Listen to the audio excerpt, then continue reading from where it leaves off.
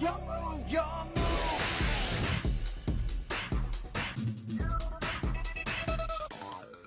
what's up guys, we're at the OTS scene today, here with Joel, and he's playing his Runick deck, and I thought I'd show you guys, so please do take it away. Okay, so I'll start with my Naturia engine that I play. We've got the 3 Camellia,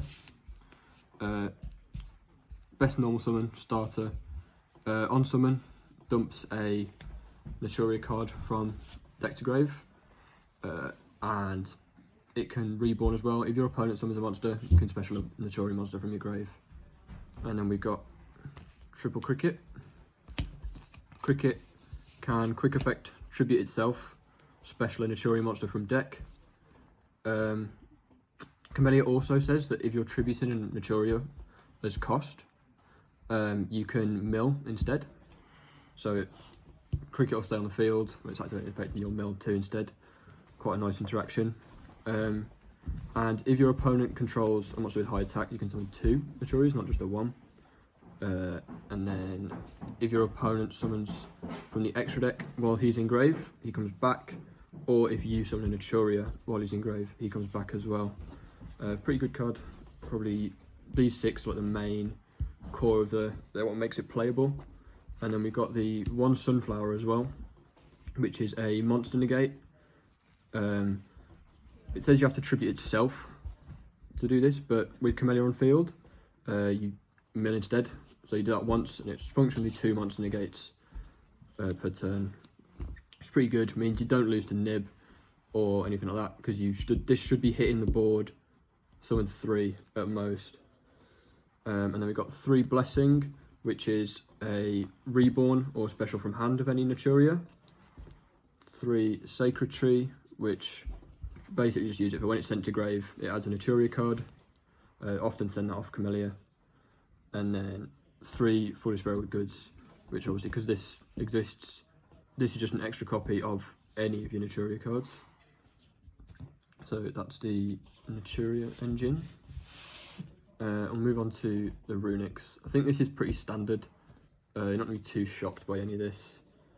Maybe the only one surprising one is I run 1 Dispelling, and then just your standard 3 Slumber, 3 Freezing Curses, 3 Destruction, 3 Flashing Fire, 3 Tip, and the 2 Fountains.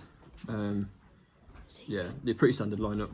Maybe the Dispelling, not seen so much, but I like having the extra name, just because I use them. You need to see them in the opener, they're really good. And the Summon to Synchro, I'm using that a lot on my opener turn, so I like the extra name. And then non-engine cards, these are like the flex slots. I'm playing 3 Ash, and I'm maining 3 Evenly as well. You could make the argument that this probably should be Nib, but I was expecting to see a lot of back row decks today, like Trap Tricks and Labyrinth, so I thought Evenly for them, Ash for Branded. And this list does kind of disrespect Kashtira, because there wasn't any of it here today, quite luckily. So just, yeah, the main sort of doesn't respect it enough. You could probably play Book of Moon or something as one of them as well, or cut the Burial Goods for extra non-engine slots if you want. And then we'll go over to the Synchros now. So we've got Nat Beast and Barkion. These are both, Beast is, you should know what this one does really, spell negates, not once per turn, mill 2 to negate any spell. Barkion is trap negates, not once per turn, banish 2 from grave to negate a trap. Really good, can very easily make either one of these turn 1.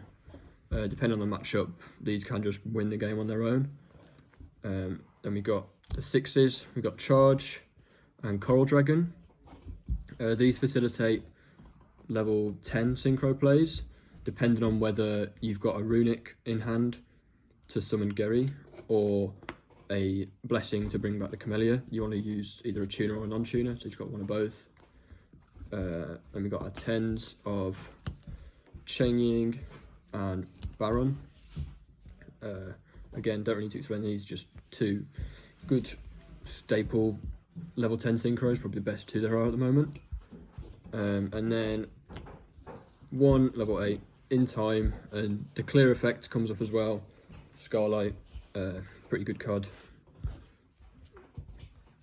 Then the Runick extra deck, we want 2 Gary and 2 Hugin. Use these a lot, not just for their effects, obviously those are good, but they facilitate all your synchro plays with Camellia. You clear your own zone, so you can use the summon and trigger your fountain multiple times on your first turn. Very strong. I like these ratios because you do often want multiple of this.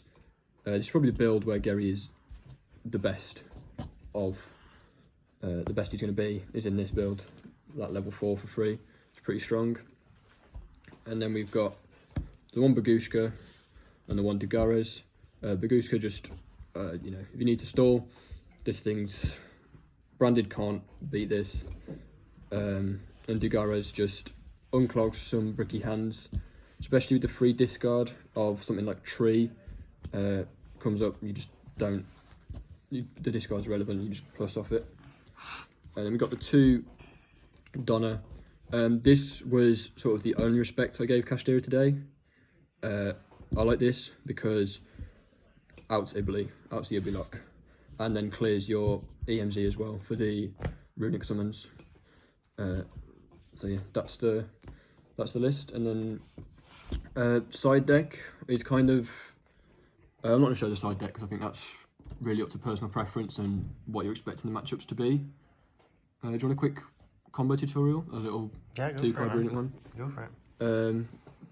So with the Naturia stuff, if you open Camellia plus either Blessing, Cricket, or any way to these, so it could be like your goods or a tree plus a Runick name, this is the line you can do.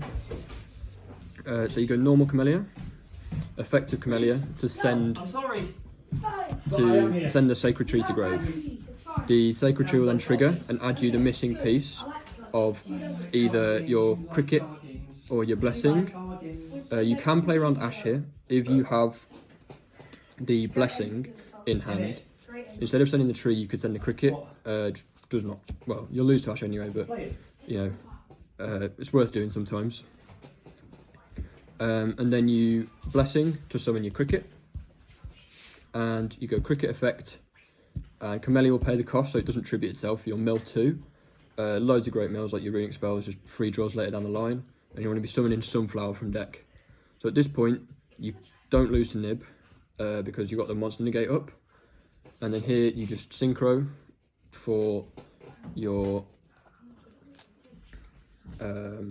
find it, for either your Nat Beast with Cricket and Camellia, or if you used Sunflower instead of the Cricket, you could make Barkion here, and then the Cricket will trigger Engrave because you've synchro summoned a Naturia, and it'll bring itself back.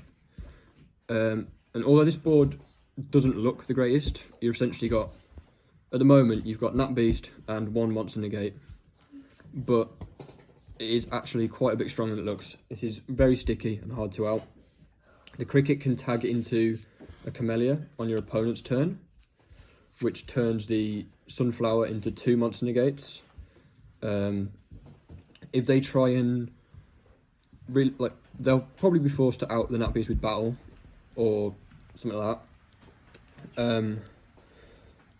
If they run it over, if they summon again, Camellia will trigger to just summon the Nat Beast back.